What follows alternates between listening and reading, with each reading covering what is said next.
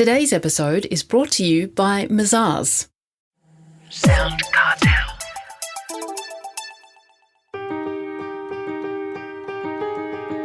From SoundCartel, I'm Nicole Goodman, and this is Business Essentials Daily.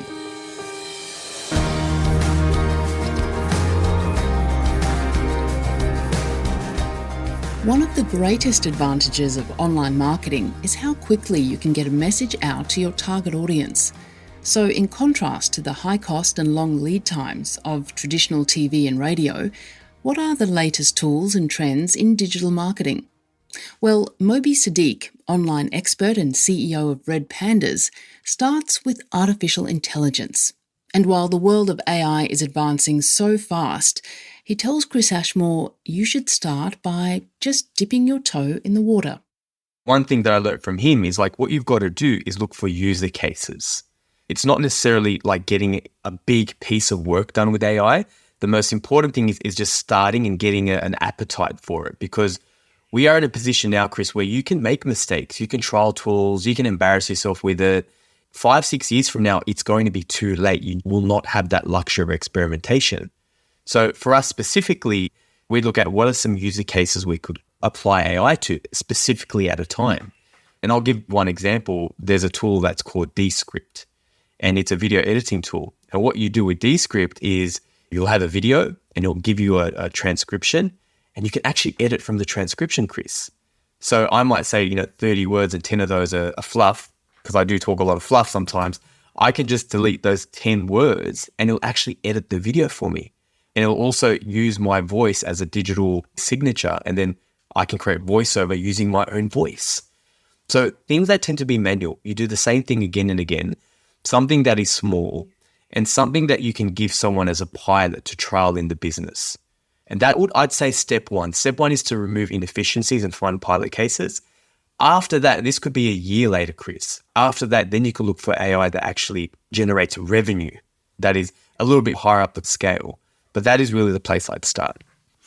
You mentioned video, and that's becoming more ubiquitous with content marketing, I suppose. And video seems to work when it's in shorter batches rather than long form, particularly when people are scrolling on social media. What do businesses need to understand when it comes to algorithms, when it comes to video? Yeah, you made a really good point there. I think it's important to make a quick distinction. You mentioned on the social media side. As a rule, the earlier someone is, relationship with a brand, the shorter the video needs to be.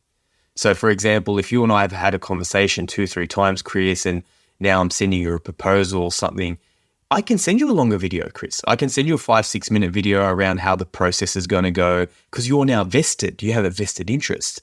But for the most part, the earlier you are in a relationship, the shorter it needs to be. And the concept that I'd love for people to walk away with is, I've been calling it snackable content or snackable media. So something you could do while you're chewing a Mars bar, or maybe something healthy like an apple, Chris, I don't know. But, short form content. And when TikTok first came out, I was trying to get people to understand, guys, don't be distracted by, the girls dancing their dances and people telling jokes. Look at the short form element of this. And when a video needs to be short, Chris, you have no room for fluff. You have no room for this video is introduced or sponsored by da-da-da. You've got to get straight to the content. So it's often a bit of a change for people to think about. I often sort of think if you have a long piece of content, think about how you can make it short and snackable. 30 seconds, 15 seconds, 1 minute, and how that feeds into a bigger piece of content. And then, sure, you build a relationship with them, you can give them longer videos. There is so much for leaders across industries to manage today, so don't feel like you're alone. There's a great resource actually called Leading Conversations. It's a podcast from leading teams, and it shines a light on the kinds of issues that impact performance, eat away at culture, and how they helped to turn things around.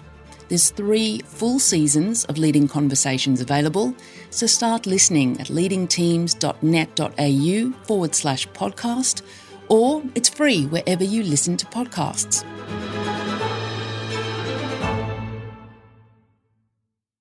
Well, sticking with videos, of course, everybody that knows us knows that we produce podcasts for brands. Video is becoming an important element in terms of repurposing that content. Can we talk about how to generate video from a podcast interview? I'd certainly say, Chris, like if someone is doing an audio podcast and they've been doing it for a while, they should seriously consider for a little bit more effort, how much more bang for buck they're going to get. And I started that way too, Chris, in 2016 for probably 3-4 years, it was just audio only. So I think it's important to get the basics right, but I do think that's where people need to go. So for example, with our agency, we actually have 2 podcasts. There's me and a guy called Tony, and we have our female leadership team. They run a podcast. And out of one sitting, we create 56 bits of content. And one sitting is what, 1 hour? I'd probably say, well, in 2 hours, we record 2 podcasts, but say for the purposes of one show, 1 hour. The guys will come in, they'll shoot a podcast episode. The podcast will probably be about 30 minutes or so. Then they obviously get the video, right? They've got the video out of that for YouTube. They've got the audio for podcasting. Then out of each episode, we'll create 5 vertical snippets as well. I'm sure a lot of people have seen this now. You know, you got the subtitles with some emojis and whatnot. And out of those 5 snippets, they will go on TikTok, LinkedIn, because that's a good channel for us, Facebook, Instagram, and then we'll also, Chris, use some of that content in our newsletter as well.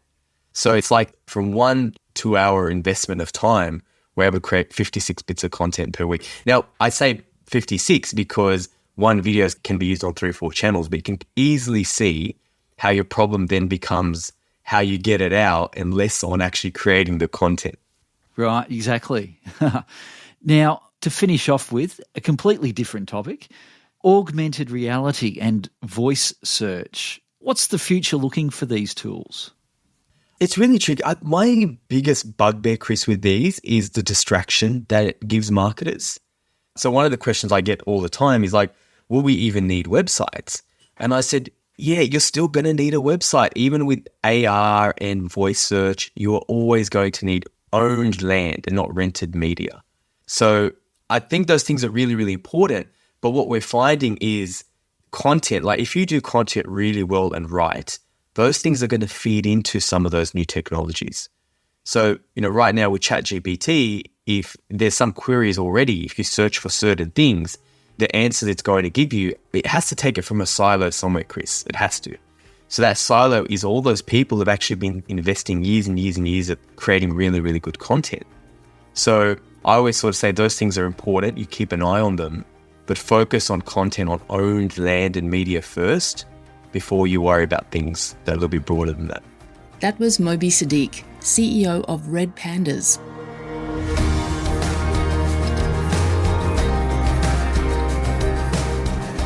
This episode of Business Essentials Daily is produced by the team at SoundCartel. Thanks for listening. I'm Nicole Goodman. We'll bring you more Be Daily tomorrow. Follow at BE Daily Podcast across social media and head to bedaily.com.au for more from the Business Essentials Daily podcast. SoundCartel. This episode was brought to you by Mazars. To find out more, visit mazars.com.au. That's mazars.com.au.